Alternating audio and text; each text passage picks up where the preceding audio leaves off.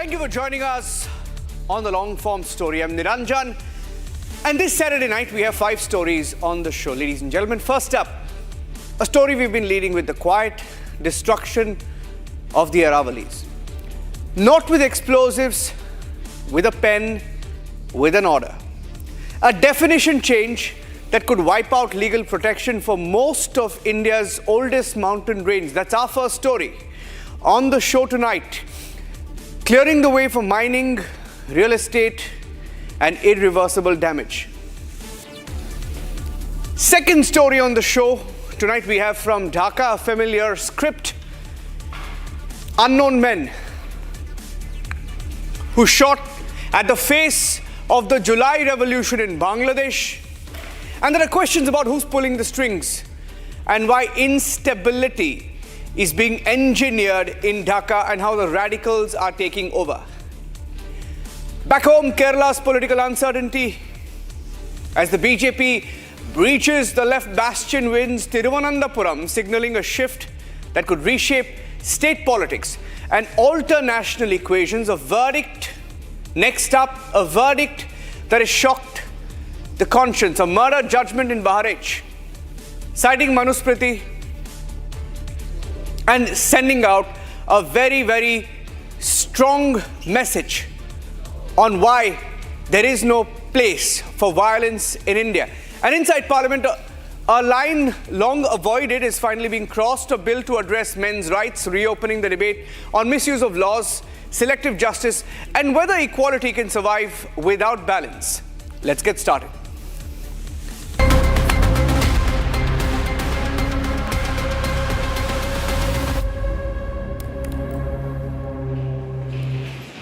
Ladies and gentlemen, a Republic investigation all of last week into the slow destruction of one of India's oldest mountain ranges, the Aravallis, India's natural wall against desertification. They're being blasted, they're being mined, they're being hollowed out for several decades now. And despite court orders, despite environmental laws, and despite repeated warnings, from Rajasthan's Kotputli to Mohanpura to Alwar, locals, activists, independent environmental defenders are now on the streets. Cement giants are being accused of tearing through protected hills. Explosions caught on camera. Villagers say that their land, water, and future are under threat. And as we speak about the illegal mining in Aravallis, there has been a double blow with a recent court order that redefines Aravallis, which ensures that 90% of Aravallis will not even be counted as Aravallis anymore, which means it will further open up the Aravalli range for rampant mining. This is a Republic campaign. And what is exactly happening in the Aravalli range from the Republic cameras and reporters? Here's the investigation.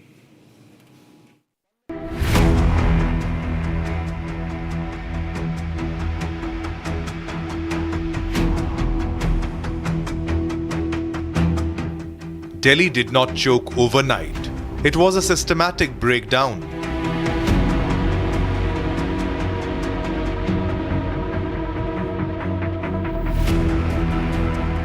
And now, its last natural air filter is being dismantled legally.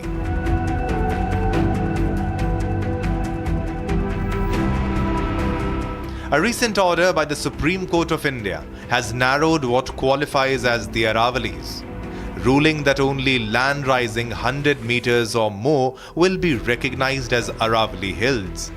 The fallout? Over 90% of the range loses protection.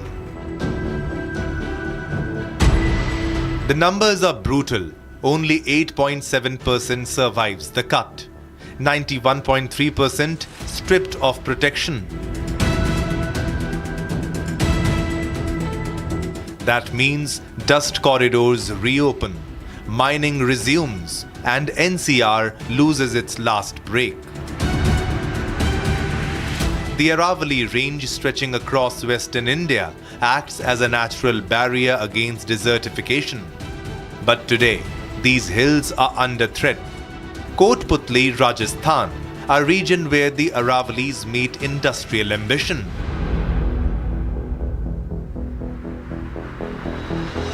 Republic accessed visuals pointing to large-scale cement mining operations dangerously close to the Aravalli range.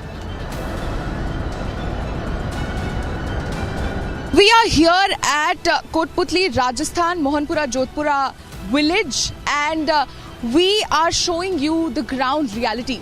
As we know that recently the Supreme Court has accepted the new definition of the Aravalli range, where any mountain which is under the height of 100 meters will not be considered as a part of Aravalli range. Now, what will be the repercussions of it? Any mountain which is not considered a part of Aravalli range will be open to construction, will be open to mining, and this Aravalli range, which is more than 2.5 billion years old, also the lungs of the Delhi NCR, protects Delhi NCR from heat wave, from dust, and from letting the situation get even worse, which already is in Delhi NCR with the pollution. Now, as per the villagers, the company here has a lease for a different kind of construction material, which is chuna patti in Hindi, and these are the ranges which are usually used for it. These are the ranges which are normally used for the mining of chuna patti, which is a kind of construction material. But these companies with the lease of chuna patti are actually using this location for mining of cement. That grey material that you see all around, that is actually cement. The blue water, they have dug so deep beyond the permissible limit which they are allowed to dig, that they have reached the underwater level, and that blue, that animated blue color that you see of the water, that is because of the explosion, that is because of the chemicals that they use for blasting the site. Our team brings you the ground visuals that allegedly show cement mining activity by Ultratech Cement in the Aravalli region.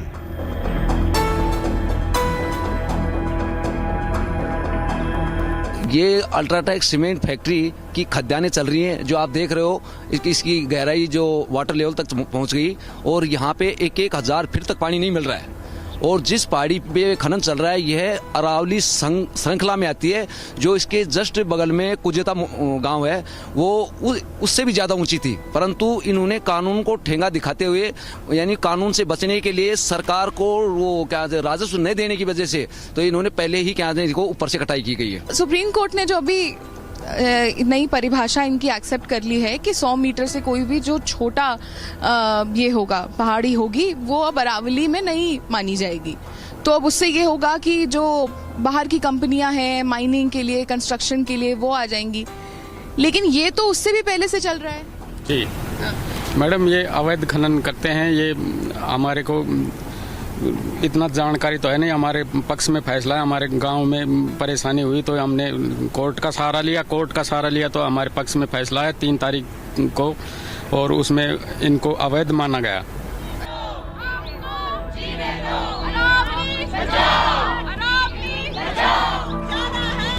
Environmental activists say this violates multiple code directives meant to protect the Aravallis.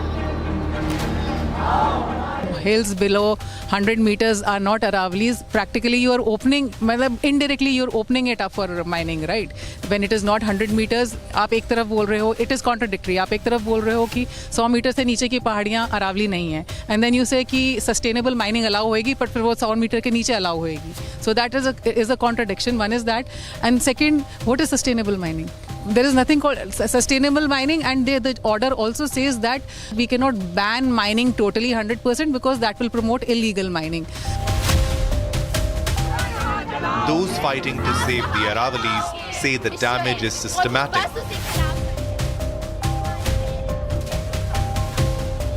It is our one of our biggest water recharging zones. It also looks after the macro and the micro biodiversity of the route that it runs. It's almost a 690 kilometer long range. जो जैसे बताया कि ये 4 states में होता है, तो हर state का जो उधर का flora and fauna है उसको nurture करता है, ground water recharging करता है. So it is like a wall also for us which prevents the Thar desert to come into our states. ये हटने से हमारा जैसे डेजर्ट बहुत जल्दी ग्रो करता है, ये डेजर्ट हमारे घरों तक पहुंच जाएगा.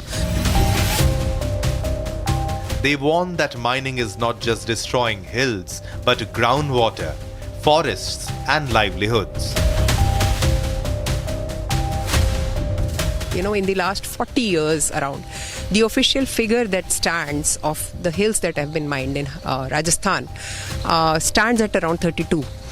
And over a period of time, we have already seen, of course, the unofficial numbers are much higher, but already we are seeing, you know, the impact of it in terms of the weather change, the climate change, the pollution, the desertification. If you know, the storms have increased many folds and they've become so much stronger. And if this order comes into being, we stand to lose 99% of the Aravallis in Haryana, in Rajasthan, sorry, and 90% in Haryana. So you can well imagine how badly it is going to impact. Explosions, blasts, cement mining caught on camera. These visuals raise serious questions about enforcement and oversight.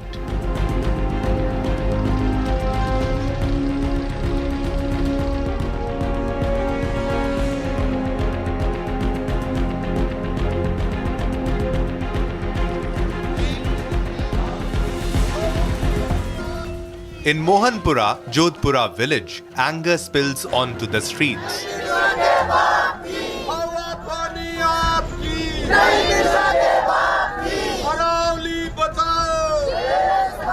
There are people who are protesting to save Aravalli. There are people, local villagers, several individuals who've been fighting to save Aravallis, and with the latest new acceptance of the new definition of the Aravalli Hills, we know that this entire mountain range is in danger. Because around 90% of the mountain range is below 100 meters, thus it will not qualify to be a part of the Aravalli Hills. Aravalli Hills, also known as the lungs of the New Delhi NCR, also known as the lungs of the New Delhi NCR, they are in danger because once they will not be qualified to be considered a part of the Aravalli Hills, they will lose protection. Then they'll be open to corporate affairs, they'll be open to mining, they'll be open to construction.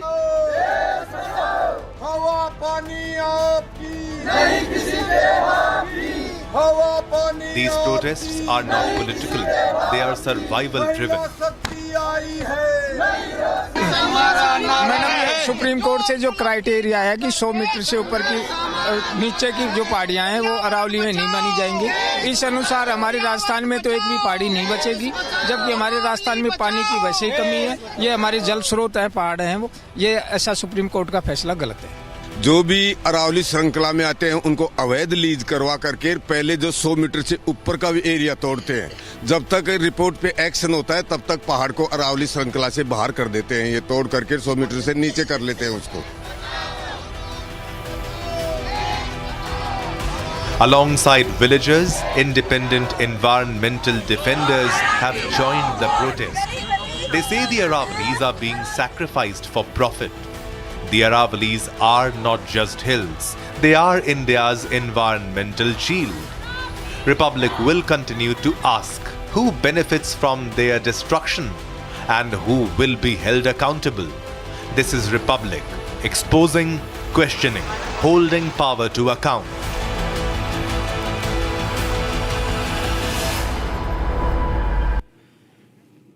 If July streets told you the first story, a mass uprising that began as defiance ended in regime rupture in Bangladesh. A prime minister was forced out, moved to India on exile, not by elections, but by the weight of the streets in Bangladesh, mostly radicals who took over. Power shifted quietly as a carefully chosen successor took charge. His name is Muhammad Yunus.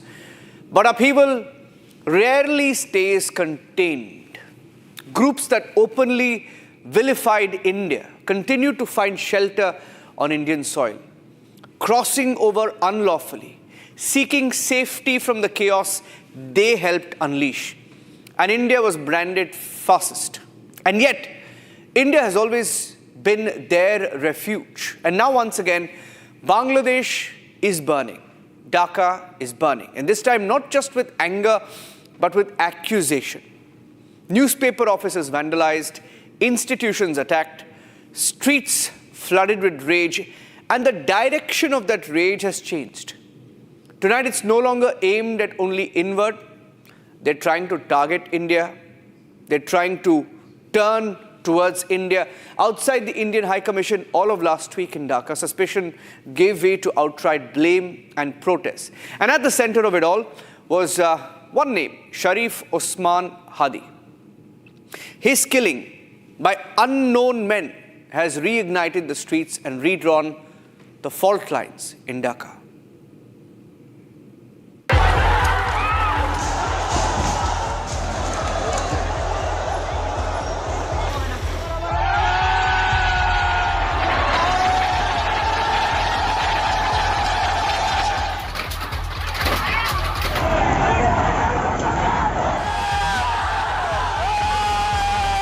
First, they ousted their own prime minister.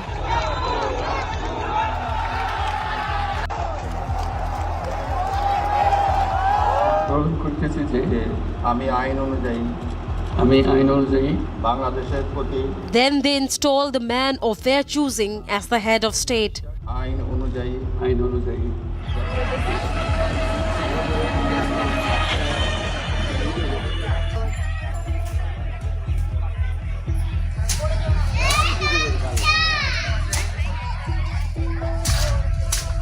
Next, they sought refuge on Indian soil,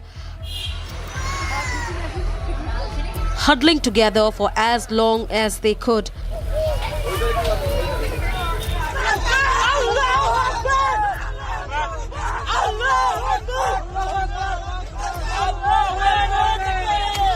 Until the situation in West Bengal escalated.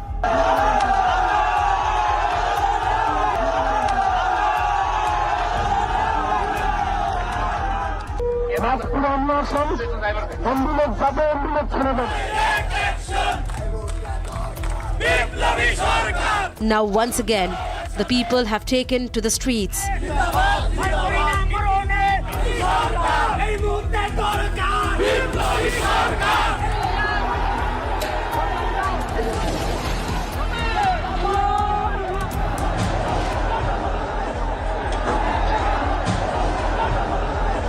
Burning their own newspaper offices.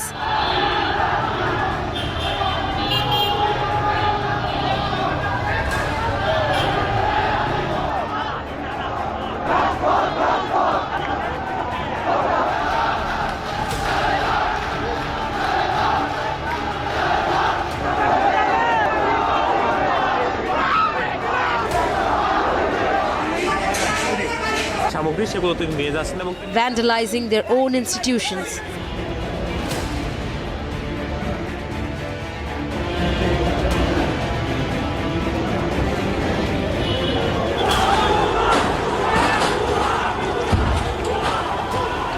But this time, it is different. The anger is not just directed at their own government.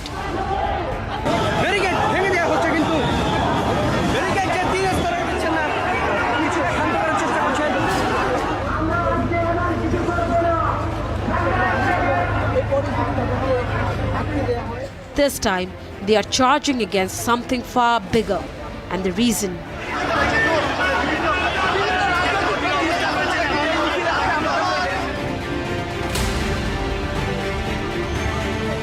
The radicals are now blaming Government of India for killing of this man you see on your screen. Who was he? And why has his death driven people back onto the streets?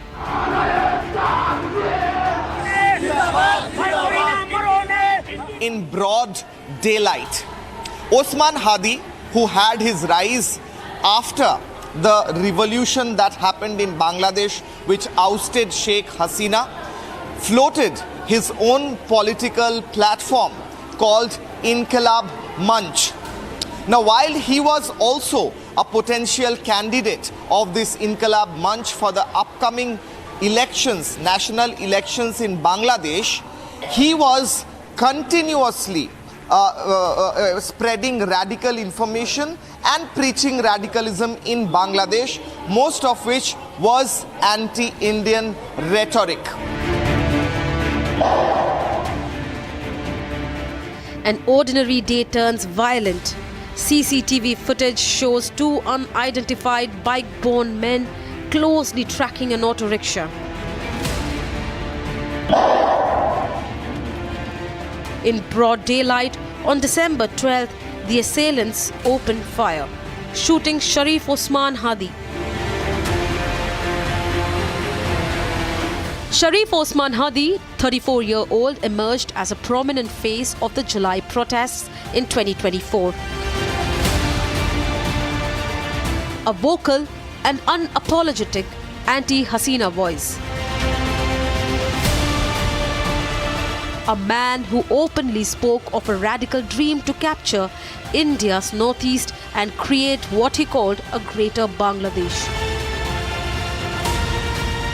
अशांत बांग्लादेश आज Benapole border में India का विरोध करके स्लोगनिंग किया बांग्लादेश का आदमी में इसके ऊपर नज़र रख रहे हमारा इंडिया का बीएसएफ जवान ये बार बार जो बांग्लादेश में जो अशांति चल रहा है इसका आज कभी इंडिया में नहीं आ जाएगा, इसलिए हमारा इंडिया का बीएसएफ में हर टाइम सजग दृष्टि रख रहे और पेट्रापोल सीमांत में जो बीएसएफ में जो उनका स्ट्रेंथ बड़ा है, बीएसएफ का हर टाइम नज़र रख रहा, बीएसएफ हर टाइम इंडिया सिक्योरिटी देने के लिए तैयार है। बेनापोल साइड से घुसपैठिया बार बार है, ये जो घुसपैठिया ये जो अभी हलचल है इसका अंदर में इस साइड में नहीं आ सकते हैं, इसलिए भी हमारा बीएसएफ में हर टाइम सजग दृष्टि रख रहे। His death has now unleashed a monster, one that could cascade across borders and into India. নির্বাচন এমপি হওয়া এগুলো পরের বিষয়, জন্মগত লড়াই করার মানুষ আপনারা খুঁজে পাবেন না। এই লড়াই আমাদেরকে আগায় নিয়ে যাইতে হবে। আমাদের এই যে ভারত বিরোধিতার লড়াই, আগ্রাসন বিরোধিতার লড়াই, আত্মনির্ভরশীল হওয়ার লড়াই, এই লড়াই আমাদেরকে চালাই নিয়ে যাইতে হবে এবং এই লড়াই এমপি হইতে পারি বা না পারি এই লড়াই আমার অব্যাহত থাকবে এবং আমি বিশ্বাস করি কেউ যদি আমাকে ভোট নাও দেয় এই লড়াই আপনারা আমার পাশে থাকবে। সেজন্য হাদি ভাইয়ের এটা দিয়ে ভয় দেখাইতে চাইছে আমাদেরকে, আমাদের তরুণ প্রজন্মকে থামাই দিতে চাইছে যে দেখো তোমরা যদি নীতির কথা বলো, ন্যায়ের কথা বলো, তোমার পরিণতি হাদির মতো হবে। কিন্তু আমরা বলতে চাই আমরা সবাই হাদি হব, যুগে যুগে লড়াই করব। The press is calling this a dark day for freedom of speech. Sharif Osman Hadi was unfortunately killed by someone and he died yesterday, so there was anger in the society, so the miscreants steered the anger to demolish newspapers. They attacked us and our journalists were scared to death, so they had to flee the office, so we couldn't publish our newspaper today and our online is off from last night, and it's from establishing in 1998, in 27 years, for the first time we couldn't publish our newspaper. So it's a very, I would say that the darkest night for news media house in Bangladesh, and it's attack on our, I would say freedom of speech and freedom of news media. Diplomatic temperatures have risen, with both sides summoning their respective envoys. The Yunus government has formally sought India's cooperation to hand over the shooters. India, however, maintains that this could be an internal hit, aimed at delaying elections and fueling anti-India narrative. The whole regime change operation, there was no revolution, there was no student uprising, it was a regime change operation very carefully planned by Pakistan in cohort with the Jamaat-e-Islami of Bangladesh. The Jamaat-e-Islami in Bangladesh has always been the A team of Pakistan in Bangladesh, and they've been in touch right from East Pakistan days and even before, from the formation of the Jamaat-e-Islami. Muhammad Yunus as a frontline person for the Jamaat-e-Islami, he's always doing exactly what the Jamaat-e-Islami is telling him to do. Then we see that Muhammad Yunus now wants to cling on to power. He perhaps wants to become the president of Bangladesh. They are trying to whip up the more and more of the people to take the jihadi point of view, to take the Islamist point of view. That is why the anti-India rhetoric is being built up to such extremist limits that the people may get disillusioned with the friendship with India and come forward. But this is not an isolated case. The pattern does not end with Bangladesh. A similar trail of targeted killings leads straight into Pakistan. From March to April this year, a string of high-profile targeted killings has taken place in Pakistan.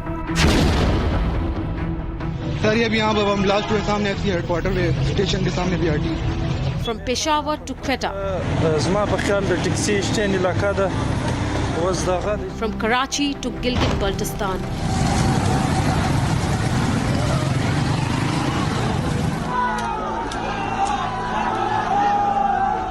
This is a man whose dreams may have died with him.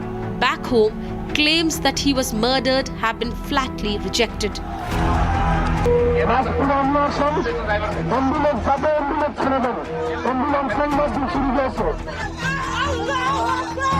But the price of this alleged plot is being paid by a minority, Hindus in Bangladesh.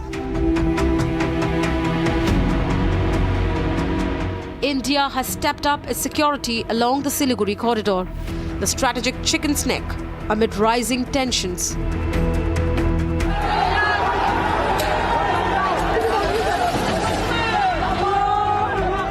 As protests intensify and diplomacy strains, the region now stands at a fragile crossroads where every move carries consequences far beyond the border.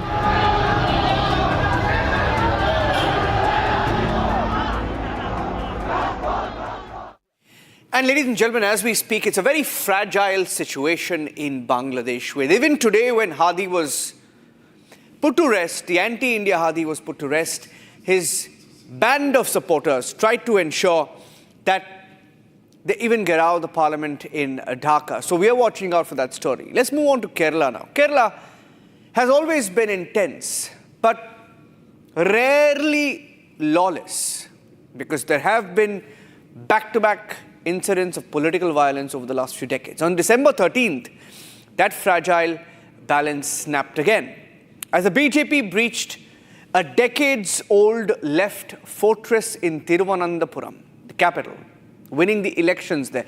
And the victory didn't just rewrite the political narrative, but triggered a wave of violence that spilled onto the streets of Kerala. Celebrations gave way to clashes, offices were vandalized, homes attacked, and ordinary citizens caught in the crossfire. So what really went wrong in God's own country, politically? Is this mere post-poll anger or a dangerous refusal to accept the people's verdict? Here's what happened.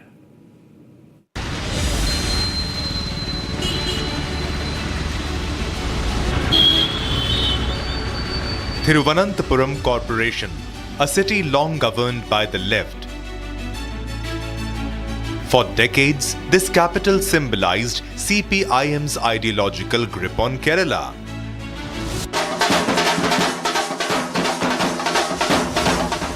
On December 13, that certainty collapsed as the BJP-led NDA scripted a historic breakthrough.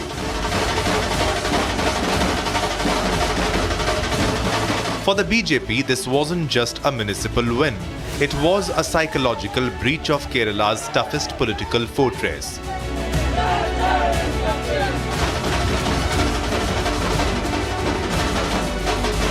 Thiruvananthapuram Municipal Corporation holds a unique place in the political landscape of Kerala, as for the first time BJP came to power in a municipal corporation in the state. In addition to the victory in the municipal corporation, the victory of UDF and the exemplary performance of the NDA in the local body polls clearly indicates the trend that is going to happen in the upcoming assembly polls. In 2010 and 2015, the ruling parties could not win local body polls, and in the assembly elections followed, the opposition parties came to power. But the celebration was short-lived. Within hours of the results, Kerala's streets began to resemble a battlefield. In Kozhikode, around 200 alleged CPIM supporters stormed the Congress Indira Gandhi Bhavan. Windows shattered, furniture smashed, losses estimated at nearly 5 lakh rupees. There were widespread violence soon after the local body election results were announced. Hundreds of CPM workers went onto the streets carrying lethal weapons and unleashed attacks against rival candidates, rival party members and the common men. They attacked rival candidates for defeating them, and the common men were attacked for not voting them to power. Police had to deploy additional forces to bring the situation under control, and several CPM workers were even arrested. Now the picture is clear. The LDF and the CPM are a bit concerned about the local body election results. Stone pelting followed in Marad, Wayanad and Kannur, turning neighborhoods into flashpoints. Several people were injured as political rivalry spilled violently onto public streets. The political violence, unstoppable in Kerala, where visuals of armed groups roaming freely are no commonplace. Men wielding sticks and iron rods, chasing rivals, attacking properties and terrorizing common citizens. Stones weren't just thrown at party offices, they were hurled at homes. This violence has reopened a deeper question.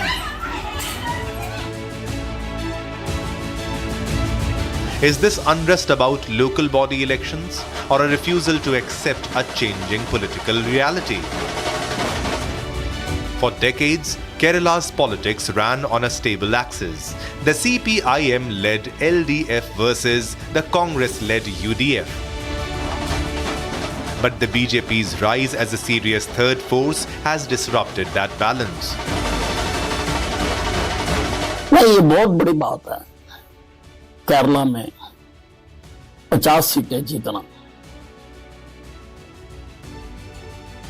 नगर निगम के चुनाव में। Bharatiya Janata party की जो लहर है वो सारी सीमाओं को तोड़कर सारे देश में दिन प्रतिदिन आगे बढ़ती जा रही है। ये जो चुनाव का नतीजा है ये बताता है। The immediate fallout, a sharpening of hostilities between CPIM and the UDF. The Congress has hit back sharply, accusing the CPIM of not accepting the public verdict and allowing political frustration to spill into violence. How can they be happy? Why they are unhappy? Because of the anti-people policy, the people have rejected them. But the CPM party, which is the major party in the LDF, they are not agreeing to accept the verdict of the people. They don't accept this verdict. But the CPI says a counter version. So that there is difference of opinion within the LDF. And without the expansion of UDF, we have already expanded with the public support we expanded. Further we will be expanding with the mass public support in the assembly poll also. The Congress president has also expressed confidence that the UDF will reclaim momentum and win the upcoming state assembly elections. UDF hasn't sought their support. We have, on our own stand, we could win the election. Police were deployed in strength to prevent further escalation.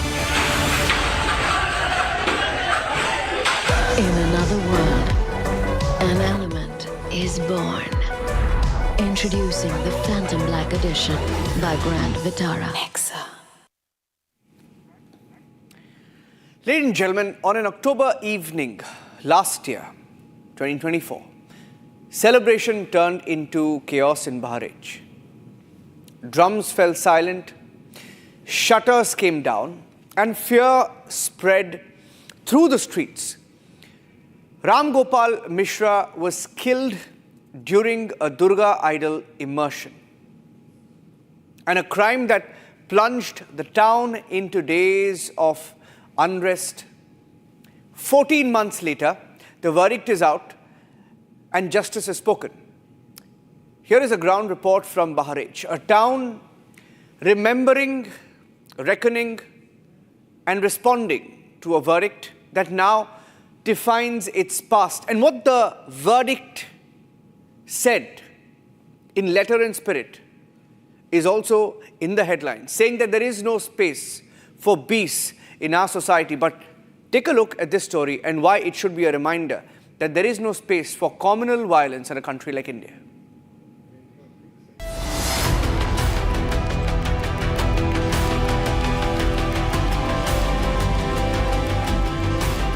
This is Maharajganj Market in Bahraich's Mahasi Tehsil, a busy trading hub. But on one fated day in October 2024, this is where celebration collapsed into chaos. On October 13, 2024, a dispute broke out during a Durga idol immersion procession, initially over loud music and then hoisting of flags. This escalated into violence, stone pelting, gunfire, panic on the streets. It is where that Ram Mishra was surrounded, attacked and brutally killed. Bahraich जिले के महसी तहसील की महाराजगंज बाजार में मैं मौजूद हूं। आपको दिखाता हूं कि यहां पर 1 वर्ष बीत गया है, उसके बावजूद भी यहां पर लगातार पुलिस लगी हुई है। आप देख सकते हैं यहां पर देखिए, पुलिस जो उत्तर प्रदेश पुलिस यानी बहराइच की जो पुलिस है वो यहाँ पर मौजूद है। और आप देखिए कि जो पीएसी की जो गाड़ी है वह भी बगल में यहाँ पर खड़ी हुई है। आप देख सकते हैं कि 13 अक्टूबर 2024 को जो घटना यहाँ पर घटी थी उसके बाद फोर्स किसी भी दिन यहाँ से हटी नहीं है। फोर्स बदलती रही है, लोग सिपाही बदलते रहे हैं, लेकिन यहाँ पर फोर्स लगातार खड़ी रही है। ये जो मस्जिद भी यहाँ पर है, आप देख सकते हैं ये एक मस्जिद भी है ये महाराजगंज बाज़ार में। और यहाँ पर मस्जिद के बाद आप देखिए कि यहाँ पर ये जो बाज़ार है, यहाँ पे देखिए अभी तो खैर दुकानें खुली हुई हैं, लेकिन वह जो समय था उस वक्त दुकानें सब बंद हो गई थी, कर्फ्यू जैसे हालात थे, इंटरनेट सेवा बंद हो गई थी, कहीं भी कोई घरों से नहीं निकल रहा था और चारों तरफ सिर्फ पुलिस ही पुलिस यहाँ पर मौजूद थी। Ram Mishra was a 22-year-old from Rehua Mansoor village. He was shot dead over a flag hoisting dispute during a Durga idol immersion procession. He was rushed to the hospital but succumbed to the gunshot wounds.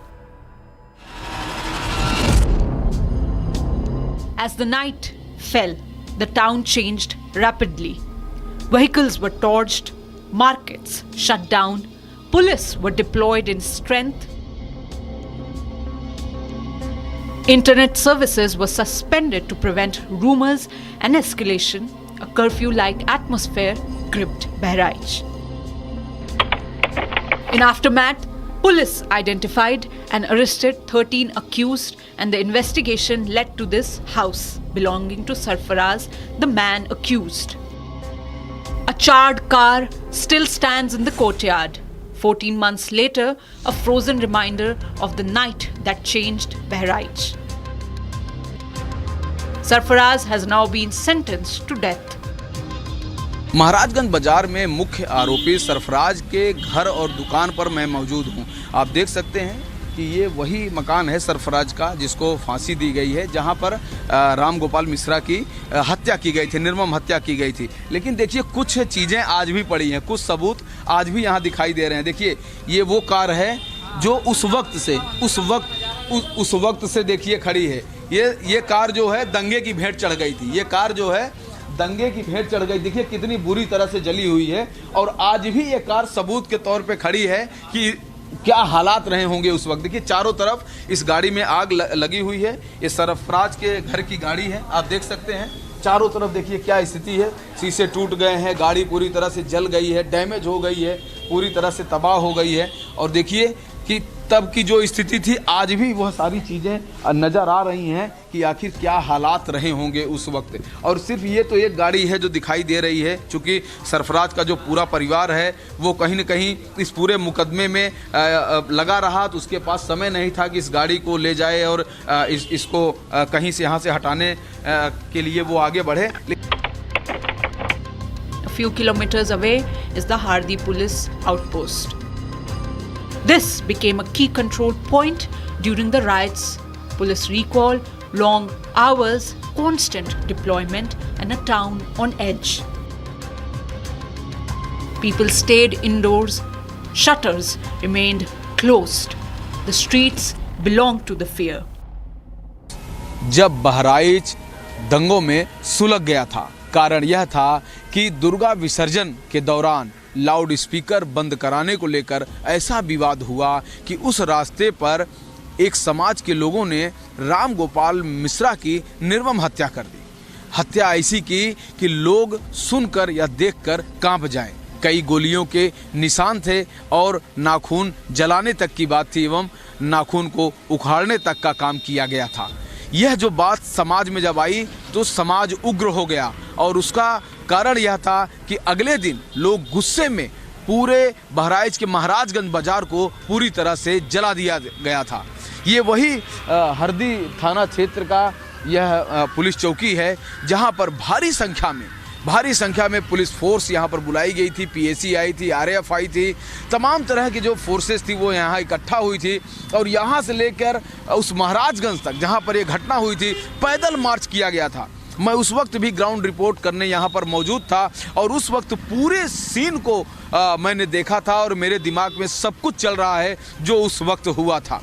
किस तरह से जब यह भीड़ काबू नहीं होती है तो खुद उत्तर प्रदेश के गृह सचिव और कानून व्यवस्था एसटीएफ चीफ अमिताभ यस यहाँ पर आए थे और उनको सड़क पर उतरना पड़ा था और वह नंगी पिस्टल लेकर सड़कों पर निकले हुए थे कि किसी तरह मामला शांत हो।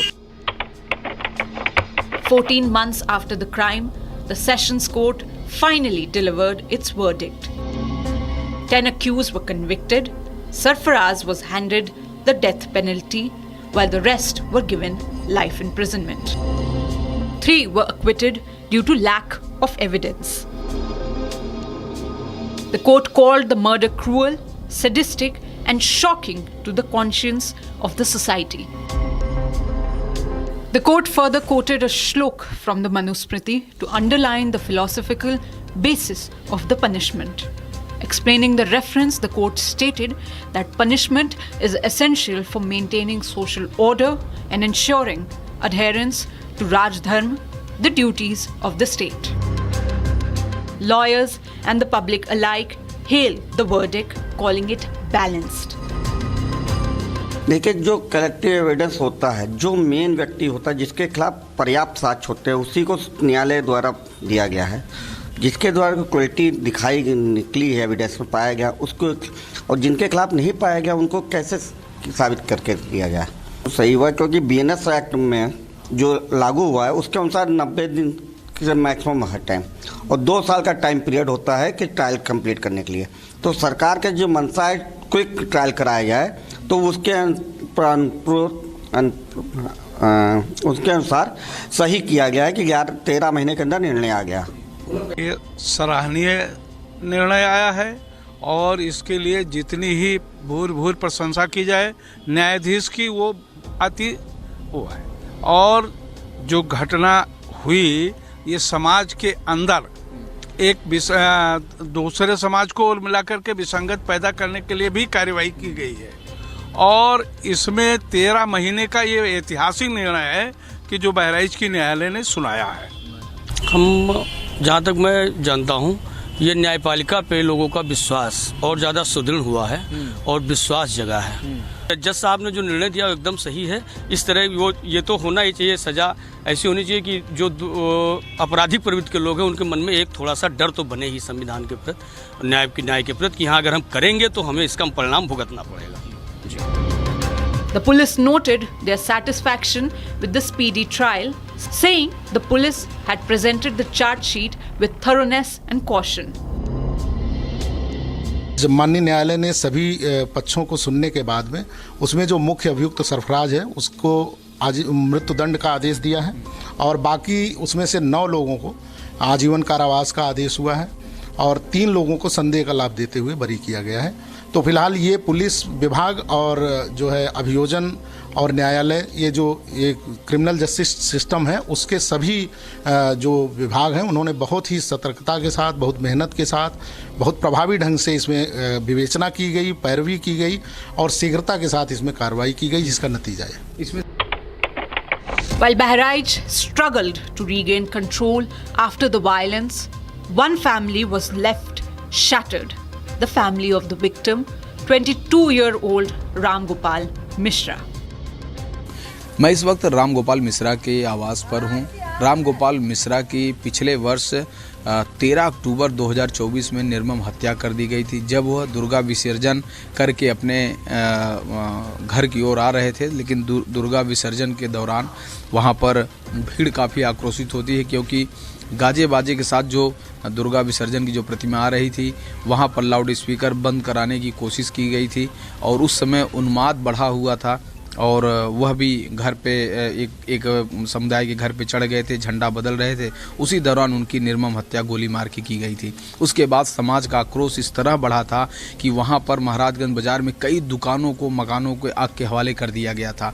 कई दिनों तक कर्फ्यू लगे रहे, 2-3 दिनों तक इंटरनेट सेवा बंद रही, पुलिस फोर्स उतर आई थी, बहुत कुछ हुआ था। लेकिन एक लंबी लड़ाई हुई, लेकिन कहा जा रहा है कि सिर्फ 15 महीनों में वो जो घटना घटी थी 13 अक्टूबर को और आज दिसंबर का महीना यानी 11 दिसंबर को जो फैसला आया, 9 लोगों को उम्र कैद, एक जो अशरफ है मुख्य आरोपी उसको फांसी की सजा और 3 लोग बरी हो गए सबूतों के अभाव में।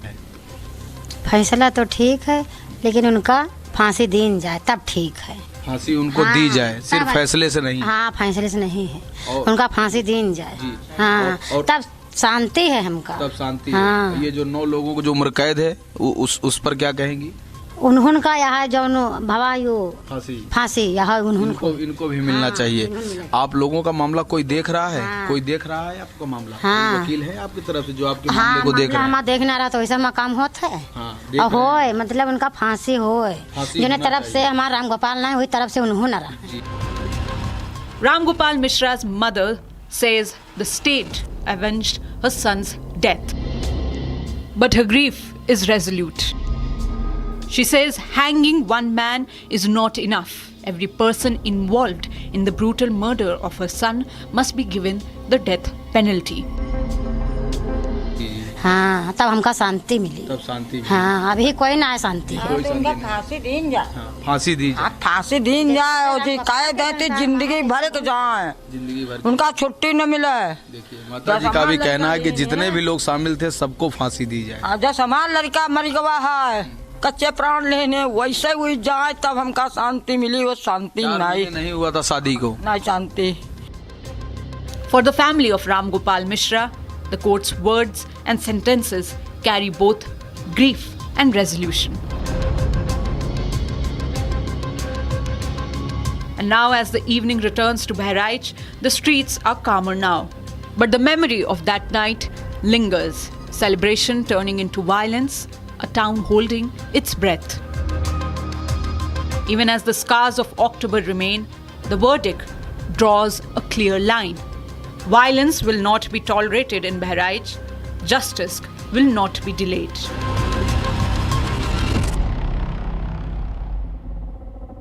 In another world, an element is born. Introducing the Phantom Black Edition by Grand Vitara.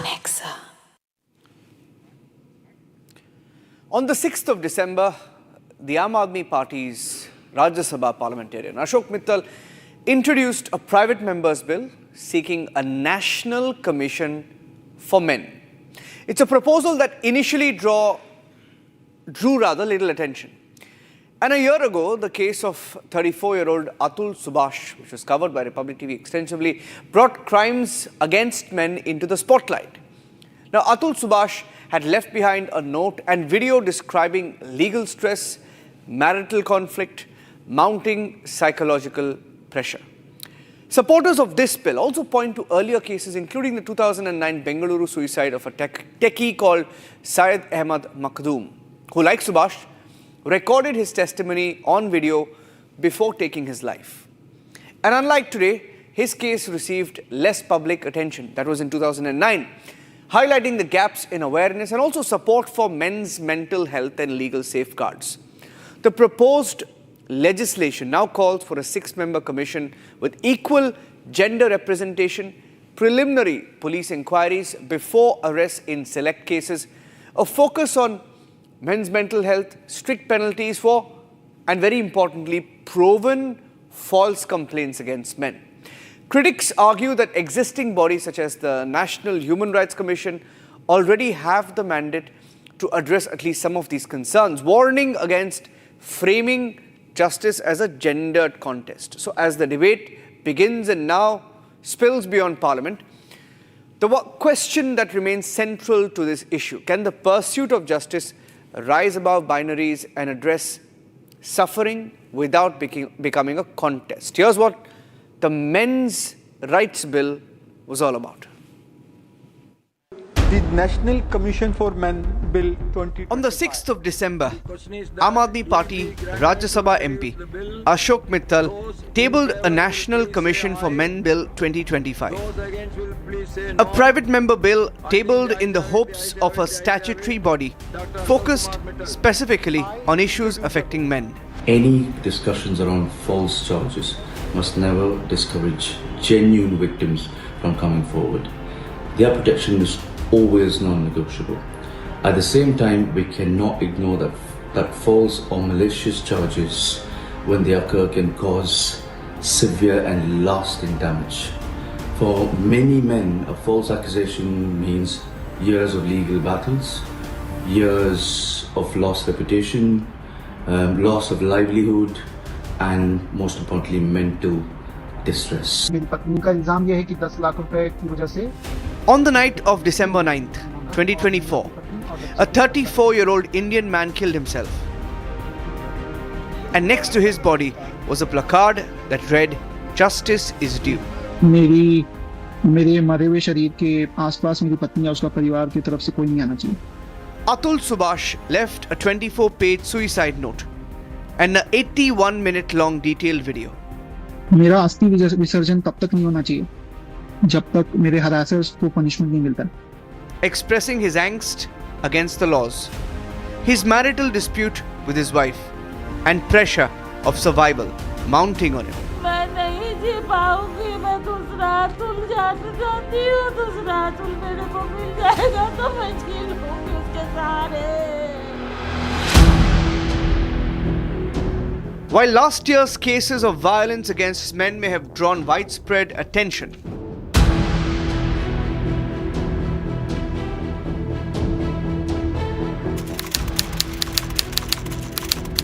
it was back in 2009 when a Bangalore techie revealed the hidden pain he faced in a video note before hanging himself. मेरे साथ जो धोखा हुआ, मेरे साथ जो ज़्यादती की गई, मैं वो बर्दाश्त नहीं कर पा रहा. In 2009, a 39-year-old tech professional, Syed Ahmad Makhdoom from Bengaluru, tragically took his own life. And in his final moments, he reportedly cited feelings of betrayal by his wife as a key factor behind his heartbreaking decision. Makhdoom had been restricted from seeing his children after being falsely accused in a domestic violence case. The emotional toll of these false allegations, coupled with his personal struggles, contributed to his tragic end. Next day, it was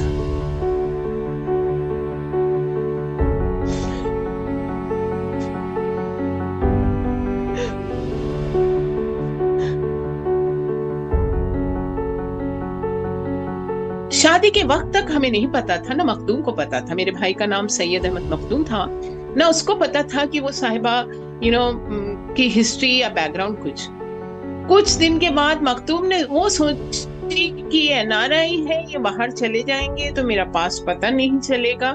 लेकिन कुछ दिन बाद पता चला कि कि वो मखदूम उनके 4th हस्बैंड है। इस बच्चे के साथ ये हुआ और वो बेचारा एक शटर्ड होके रह गया, और वो जब यहाँ घर छोड़ के गई तो उसके बाद पता चला। तो जिस तरह वो 4 शादियों में से हर जगह से 3 शादियों में से भागती रही कुछ महीने बाद, ऐसे ही वो मखदूम की से शादी होने के बाद, बच्चा होने के बाद, और वो प्रेग्नेंट थी, अगेन शी वेंट ऑफ, छोटी सी बात पे कुछ गई और घर से छोड़ के गई, और जाके उन्होंने 498A का केस उन पे डाल दिया।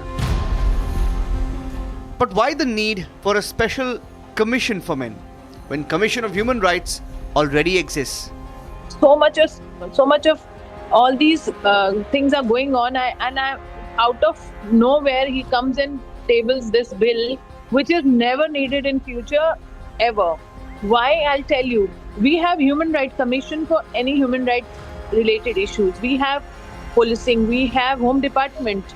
So I think they are dealing with all this, what he wants to kind of put. I don't know who's his advisor. It is very unfortunate. We have seen, because of certain laws being so much in favor of women, the men have started suffering now. Their rights are being affected, their welfare is being affected. There is no institutional mechanism to save them from the grievances or the economies they suffer. The bill aims to construct a 6-member panel which will include 3 men and 3 women, a 30-day police investigation, and focus on men's mental health. Review of laws hitting men disproportionately. Proven false complaints will be punishable with up to 5 years of jail and 25 lakhs in fine. This bill aims to protect men from legal misuse while addressing mental health and suicide risks. Is that there has been a long-standing demand of gender-neutral laws. I think this commission will be able to enable research and studies which can bring out the instances where men are victims of domestic violence, stalking, sexual abuse, rape, cruelty, extreme forms of cruelty within their marriage, which can form the basis of gender-neutral laws. And that's what Dr. Mittal has also mentioned in the draft that he has presented, that the commission would work towards having gender-neutral laws in the country, because we are now in 21st century. And bang in the middle of this polarized gender conflict, it's children who tragically bear the consequences of crimes they never committed. An unjust burden, far too heavy for their tender years. At the end of the day, a crime is a crime. Whether committed against a man, a woman, or a child, the truth is indiscriminate. That after the introduction of the bill, the people who approached me were women. I still remember there was one Deepika who approached me with some of his colleagues, friends, and her father.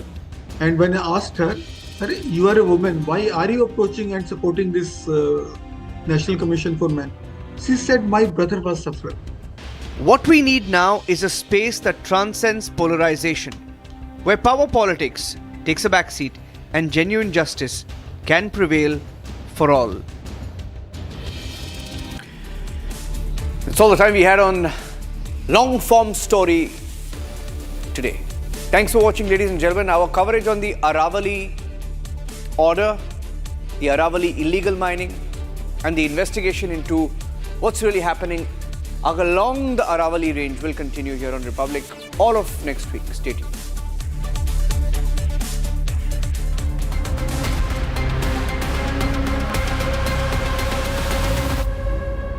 Amity has been ranked